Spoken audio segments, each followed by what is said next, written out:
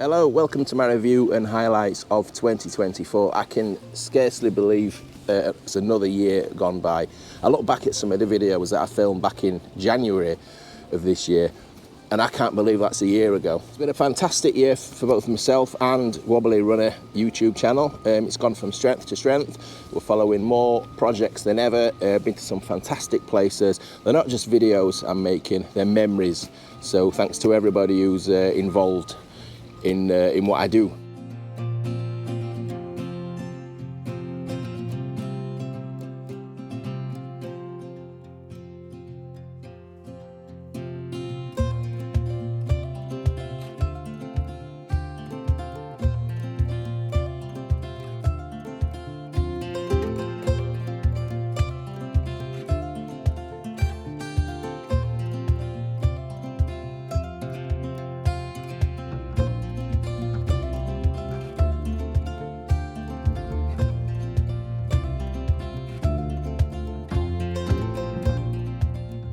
Just having a walk down the Chesterfield Canal today. Anybody guess which lock I'm currently knelt down at? See if you can guess in the comments. I'll let you know which lock it is at the end of this video. So let's just have a look at some of the highlights from 2024, shall we? Firstly, isn't it great to see progress finally happening again on the Chesterfield Canal? It was great to witness the bridge take shape and open in the last quarter of the year. I'm looking forward to whatever 2025 brings.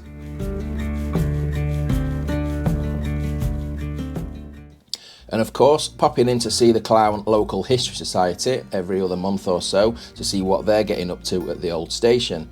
You think that they're just about finished and then they start another piece of the station restoration, like the mock-up platforms. I'm not sure what there is left to do, to be honest. It's going to be interesting to see what happens with the development plans hanging over Clowne, with the new housing and the road being widened that'll impact the station site.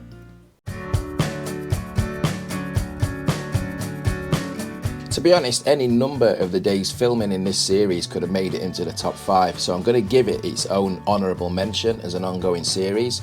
We've actually finished filming this series now, but I'm still working on editing the final episodes. In 2024, we picked up from Millinlow through Parsley Hay, Herdlow, and then we went off piste as the busy High Peak Trail ended. We've encountered strong icy winds, blizzards, fog, as well as glorious midsummer sunshine in that section from Harper Hill. There's been 6 days of filming altogether in 2024, as well as a few other trips just to grab a little bit of drone footage. So that just gives you an idea of the amount of time investments it puts into making a series like this. Some of those colder days were still enjoyable looking back, but I remember thinking at the time, thank God we've finished filming today. Oh, he's really exposed. We best not stand too close. I think if we stand here too long we might get blown off. Might as well film today in black and white, haven't we? It must be mental this morning. It's freezing, it's snowing. Just following the course of that wall. Here's where it would have crossed over. And up there, look, just following the alignment of those telegraph poles, and that's the embankment. Look, really poor visibility, I'm sorry, but again, like we keep saying when we've been dealing with these weather conditions up here, these are really remote locations. I tell you that from experience today.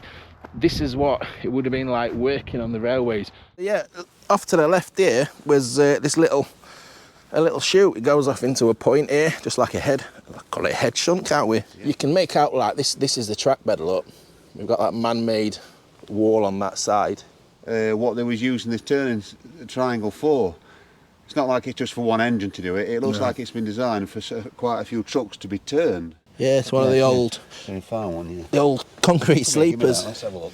Something else which really epitomises this line, doesn't it? Look, another one of these limestone bankings, very early engineering. That beautiful embankment and the line coming out here, and look, in here we're just stood above that bridge. It's infilled at the other end, but we can still see this end of the bridge, and this is the bridge over the old Macclesfield Road.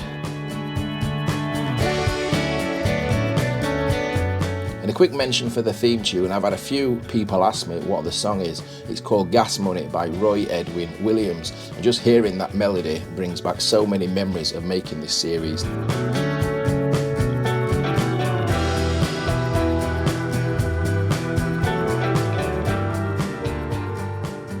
Right, we've had a look at some of the highlights from this year. Now let's have a look at what I think is my top 5. Let me know if you agree, or let me know if you think that you've seen some of my other videos from 2024 that deserve to be in this top 5. So here we go, number 5.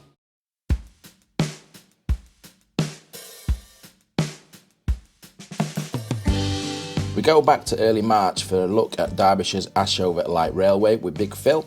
A lot of intrigue with this one, a very challenging series to put together for a variety of reasons. We followed the entire route over the course of the day looking for remains, and when you start to look hard enough there are plenty to find, but after the 14th concrete bridge abutment you kind of get the idea. In conjunction with the old images it really came to life. This is Ashover Butts.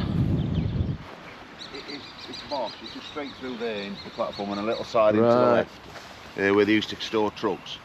Look at this. These old bridge supports and bridge abutments. You get a really good perspective of the track bed here. Look, as it comes across that bridge and disappears off. So Fallgate, we're just approaching Fallgate now, and look at this.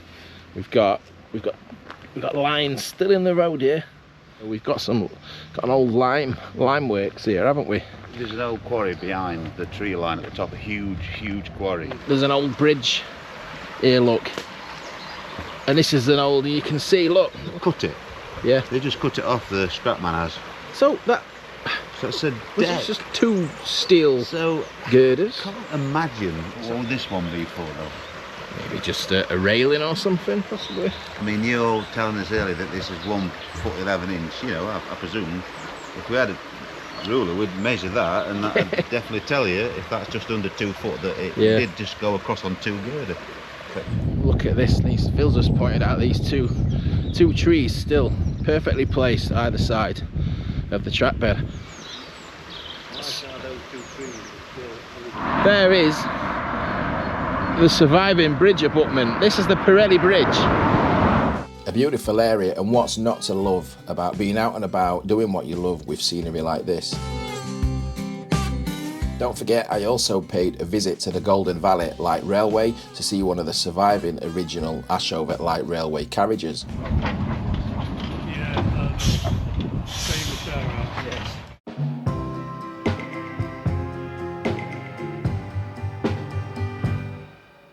Two cities, well 3 if you include Sheffield where we started, and 2 videos filmed in November with John. It's based on the regenerated elevated railway structures here in the UK that were inspired by the High Line Park in New York City. A whistle-stop tour of Manchester and the railways, canals and industry of Castlefield, with the main feature being of course the National Trust's Castlefield Viaduct. Then a hop on a train over the Pennines to Leeds to see the Leeds Central area, the Wagon Hoist and the Monk Bridge Garden Viaduct. You've been on holiday, John. I had. Where have you been? New York? New York and Canada, but in the New York part I was supposed to film the High Line and I didn't get around to it. But we're here because we're interested in this structure behind us here, and that's the Castlefield Viaduct. But the next section we'll see, I think, is where they've actually gone out and purposely planted plants. It's brilliant. I love it. Busy Leeds. Yeah, we've just been admiring the different shades on this look. So you can actually make out the archway look how cleaner the bricks look. Don't really relate that wagon hoist was attached to this massive railway viaduct. That's what the viaduct does, doesn't it? It splits, it kind of forks here to the left and to the right. I love these types of days out, poking around city centres. I'm no stranger to either city, but I've never really visited with the purpose of old railways before. And both cities were getting ready for Christmas, so that set things up nicely for Christmas too.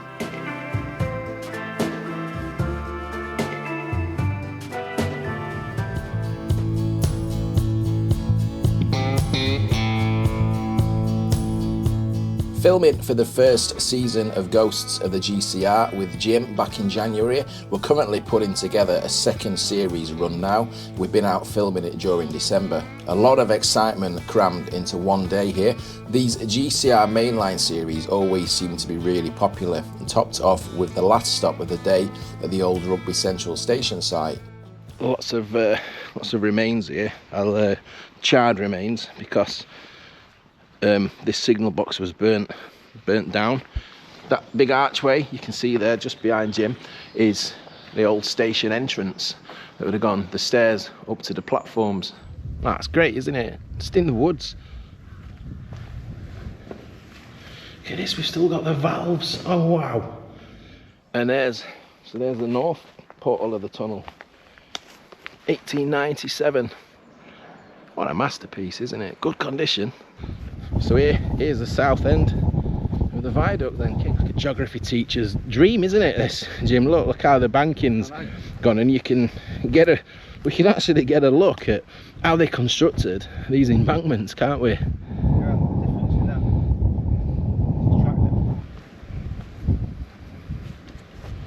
You know, when you get up close, you start examining them, little detail that they're building to these. Wonder what happened to the arm. Wonder who's got that. Just take a look how high we are down there. So this is the station, and this is the platform. Yeah. We literally squeezed as much filming into the hours of daylight, starting as the sun first appeared at Culworth Junction and ending it with the sun setting in Rugby. I've said it before, these can be long, tiring days of filming, and a lot of hard work goes into before, during and afterwards.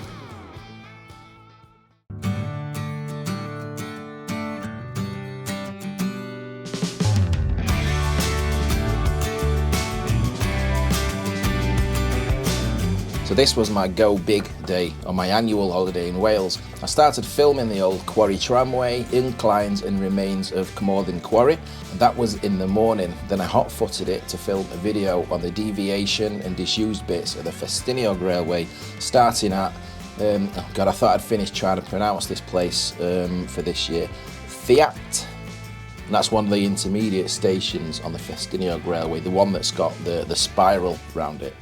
This is a famous narrow gauge railway. This is probably up there, isn't it? This is Premier League when we're talking about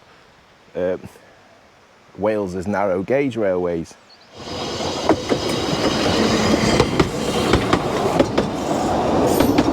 Here's a nice little information board just telling you a little bit about the rebuilding of this line. The deviationists, in fact, that's there, yeah. So every Friday around midnight, the 1960s and 70s, carloads of volunteers from across Britain would arrive here in the Mulwyn Mountains, ready for a weekend of hard labour. The original Festiniog Railway opened in the 1830s, a horse-drawn tramway. Right, so what we've got going on here, you'll notice our path goes that way. You'll notice something very, very resembling a railway embankment going straight on. This is the original alignment from when the railway first opened, when it was horse-drawn. It was from here over, you'll see when we get further up the path, as a series of inclines. They made this new alignment, look. So only a decade, not even a decade. I mean, look at that wall, look at the embankment. I can see the old Mulwyn Tunnel coming into view. Right. So that we're looking at down there was the track bed. I think the tunnel's right underneath, the tunnel portal's right underneath us. So that's somewhere inside that portal is the plug, just to obviously stop the reservoir draining away down the tunnel. It just looks so inviting on a day like today, that water. Whew, straight over there with that cutting, you know, that the cutting that was filled with water in front of the tunnel there. I absolutely loved doing this one. It was a hot day. I was in a bit of a rush near the end, as I'd been on the go for almost 7 hours, and I was drinking more water at that point than a thirsty steam engine. The scenery was spectacular and the history was never ending, and it was a great one to get my teeth into. The response and engagement from a lot of people involved in the original project and the railway today made it worthwhile. I'm already making plans for this year's Welsh trip.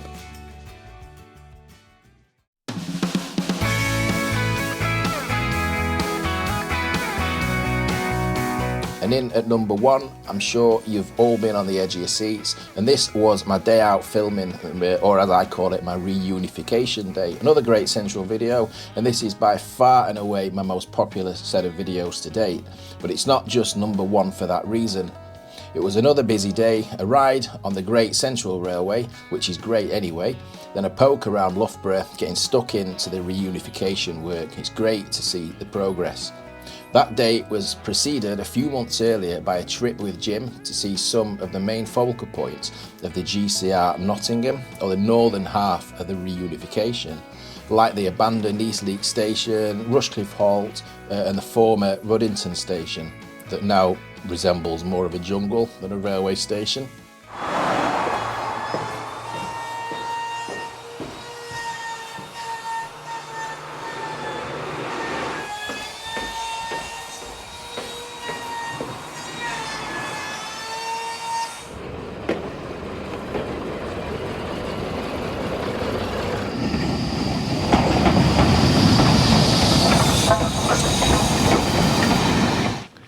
So here's the first point that we've come to see of the Grand Union Canal.